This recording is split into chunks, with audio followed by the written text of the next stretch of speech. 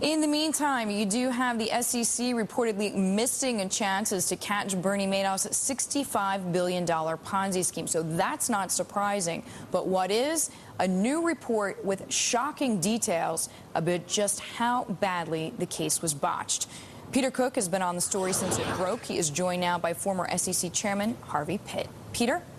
Deirdre, thanks very much. Harvey Pitt is now the CEO of Kalorama Partners. He's with me here now in Washington. Thank you for the time. And you spent a lot of your professional life at the SEC, not just as chairman, but also as a general counsel, as a lawyer there. You read this executive summary, and I got to believe it's painful. It breaks my heart. It really does. It's way too painful to really discuss in unemotional terms. What troubles you the most as you read this, and the litany of times, moments when the SEC over the course of 16 years should have known or should have investigated further that Bernie Madoff and what he was up to? Well, he has put together a very thorough recounting of all the missed opportunities, and it's incredibly sad that they were missed. The most important thing in my view, though, is how the agency has been and is going to respond to all of this. And I think Chairman Shapiro has made it quite clear that she is ramping up the SEC staff's ability so that things like this are unlikely ever to happen again. All right, I want to get to Mary Shapiro in the future, but let me just dig in a little bit into this report itself. Sure. One thing that's consistent throughout here: inexperienced, youthful, well-meaning, perhaps, SEC examiners and attorneys exploring Bernie Madoff, getting these tips and not really knowing what to do with them. And when they challenged Bernie Madoff, he essentially talked his way out of it. It is amazing, and from what I've read, even Madoff was astonished that he could talk his way out of some of this, so that makes it even more painful.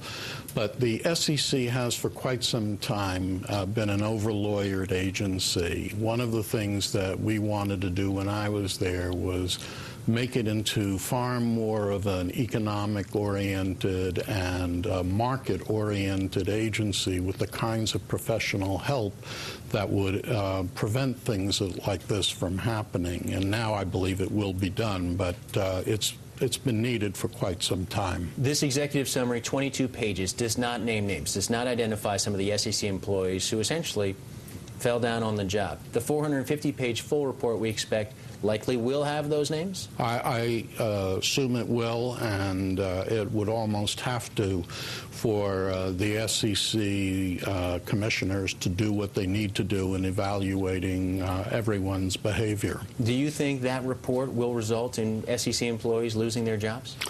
I don't know.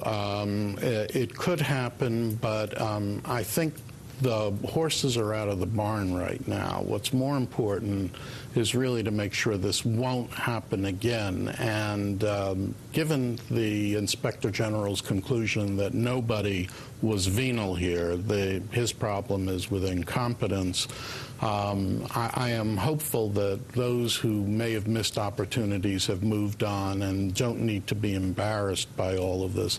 The SEC staff does a very good job at many, many things. This, unfortunately, was an exception, and I'd hate to see people sort of pilloried publicly over mistakes and gaffes like this. All right, let me ask you about the future of the SEC. Congress still looking at regulatory reform right now. What would you say to a member of Congress who reads this report and says, this is why the SEC should be shuttered, we should start from scratch? I think if you look at only one incident, albeit a terrible incident, and try to judge an agency on the basis of that, you will throw out the baby with the bathwater. This is a great agency. It has great staff people. It has a great mission, and for most of its existence has done a great job. What has to be done now is to make sure that this doesn't happen again, and that, I think, is important, not shuttering the SEC. One more quick question for you. Mary Shapiro, she says, listen, we apologize for this. It was a regrettable moment, but I've made changes already. Can she look Congress in the eye and say, listen, this is a different agency? I think she can, and I think she can also say, and it will be a different agency as we go forward. She's doing a terrific job of righting the ship, and I think she deserves a lot of credit for her efforts. All right. Harvey Pitt, the former chairman of the SEC, a painful chapter for the SEC, the Bernie Madoff situation. Deirdre, we'll send it back to you in New York. Peter, thanks very much.